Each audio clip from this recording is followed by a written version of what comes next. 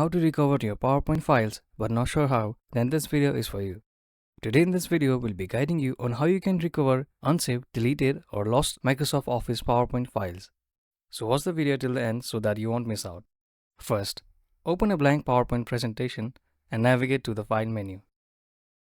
From there, click on Open, then select Recent.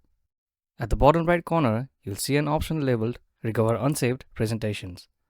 Click on it, and this will open a folder that contains any unsaved PowerPoint files. For now, we don't have any files here yet, but you will see your file here. And since these files are saved temporarily, make sure to recover your unsaved presentation as soon as possible. Browse through the files, find the one you need, open it, and save it manually. Another way is you can recover your unsaved presentation using the AutoRecover feature.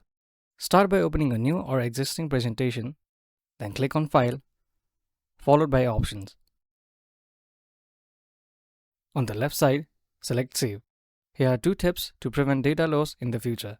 Change the auto recovery frequency to a shorter interval, such as 1 minute, and ensure that the auto recover option is checked. To locate unsaved files, copy the path from the AutoRecover file location and paste it into your file explorer.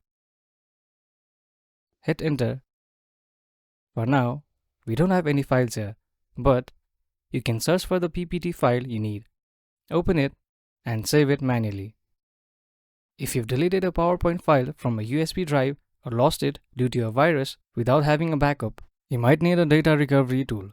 You can find many recovery tools online to do this, like AutoRecovery or any other app, which can restore permanently deleted files from various scenarios across different storage devices. And there you have it. Your lost PowerPoint files are back. Thank you for watching. If you find this video helpful, please don't forget to give it a thumbs up and subscribe to our channel for more.